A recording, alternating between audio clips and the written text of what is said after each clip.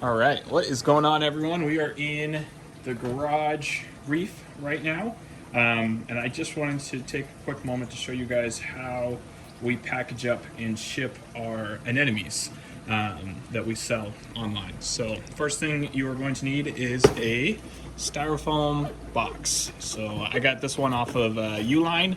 It's awesome. This is a good size box for what we're doing. It's well insulated on the inside. And yeah, I added some little stickers on there, live animals and fragile. It already comes pre-labeled like with perishable, but yeah, I don't know, I like to add a little bit extra on there. So what you're gonna do is you're gonna put that on the side, and the next thing that we're gonna need is these little plastic bags. So it's pretty simple. You just kind of come in here. I like to pull water from here, mainly because this is coming out of this is the output of a 120 watt UV sterilizer. So I like to pull directly from there. It probably doesn't make a difference at all, but whatever. And then I am going to get a little viewing glass. So the customer that these are getting shipped out to requested 4 to 6 inch anemones. So I'm pretty much just going to pull the anemone off. It's on a little gravel sand bed type thing. So I try to get as many of the little rocks off of its foot. It's super easy. You just kind of flick them off. If I'm struggling to get them off, I'll just leave it on there. I don't want to risk damaging the foot on these guys. And you simply just take the anemone, put him in there. I'm going to take out a little bit of water right there. Boom. Right. And then you bag it up. Just do a little loop right there. Eventually I want to get a special sealer for the bags. They have one where it's like it's heated and it kind of melts the bag to where it's fully sealed. But for now, I just have rubber bands. I do triple bag each of the anemones, and yeah. So there is 4 anemones in total that are going to be shipped out, and yeah, I am going to finish bagging those up, and then I will show you the next step in the process. All right, so I have all of the anemones all bagged up in there. We are then going to take the styrofoam box. I put some craft paper on the bottom of it, and then I am just going to put them in here just like this, make sure they fit properly. It is a little bit tight. Ideally, I'd have a little bit bigger box, and then I just cut these little pieces of cardboard with a razor blade. Put that right there, and then now we're going to add our cooling. So it's very important for you to check the temperature as far as where you're shipping to, as well as the hubs. Where it's going to be kind of sitting at for a little bit of time. Obviously, it's next day air, so it is pretty quickly. So for my case, I'm in California, and these anemones are being shipped to stay within California. So I am using a cold pack that I wrapped in cardboard, and this isn't even a frozen one. It is one that I just had in the fridge. It's about 70-ish degrees right now out here, so it's pretty perfect.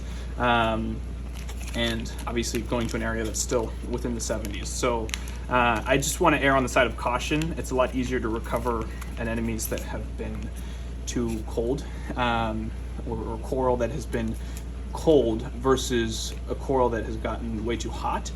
So in case these things get stuck in the truck or whatever, we want to have that just a little bit of extra insurance. And then I'm going to put the lid on, make sure that it fits nice and snug, which it does.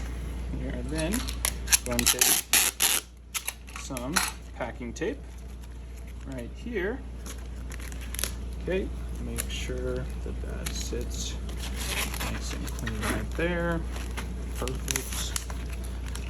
And put this one on this side. It is a little bit too tight. I think I'm going to order some bigger boxes in the future. And obviously I'm still pretty new with this, so if you guys have any ideas or suggestions, please let me know. I'm always looking to improve on my methods and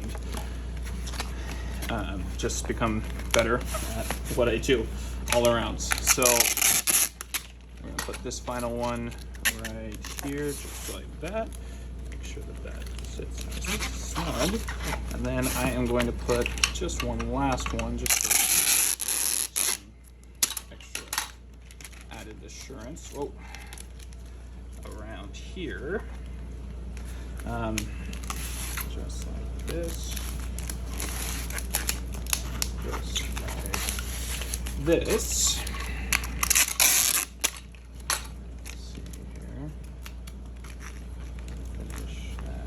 Just like that. Perfect. All right, cool. So next thing I'm going to do is put it in the box, package it up, and then we are going to weigh it for the shipping label to make sure we are as accurate as possible on that. Don't want to be paying for excess shipping if we don't need to, and don't want to get in trouble for, I guess, not paying for the right amount of weight if we went under. So I'm going to just put a little bit more tape here, like doing the sides right here, and then just a little bit right here. Boom, boom, boom. And then we are going to slowly flip that upside down. Just add a little bit on the corners right here, underneath, just in case. Slowly move the package around right there. Perfect. Just like that. All right, cool. Now we're going to slowly rotate this back around. We are going to get our scale. Here, I'm going to flip it around so you guys can see. All right, and now I want to be on pound ounces, which I am. So you're going to put this on here. And we are at 2 pounds and 13 ounces. So I am going to go work on the shipping label right now, and then we will take it to the post office. All right, I got the shipping label on there. Obviously, I've covered up the information. I don't want anyone to see someone's address, but this is what it looks like all packaged up. The truck for UPS, at least my local UPS, comes at 5:15, and then it will take it directly to the airport. So the time is currently 4:30. I am about 5 minutes away from the UPS store, so I don't want to I guess I try to drop these off as late in the day as possible to be able to limit the amount of time that they are in the boxes. And yeah, that is my process for packaging and shipping corals and anemones. If you guys have any suggestions at all as far as different methods or ideas that you guys have, please let me know. I would love to try them out. And yeah, that is about it. Thank you for watching. Bye.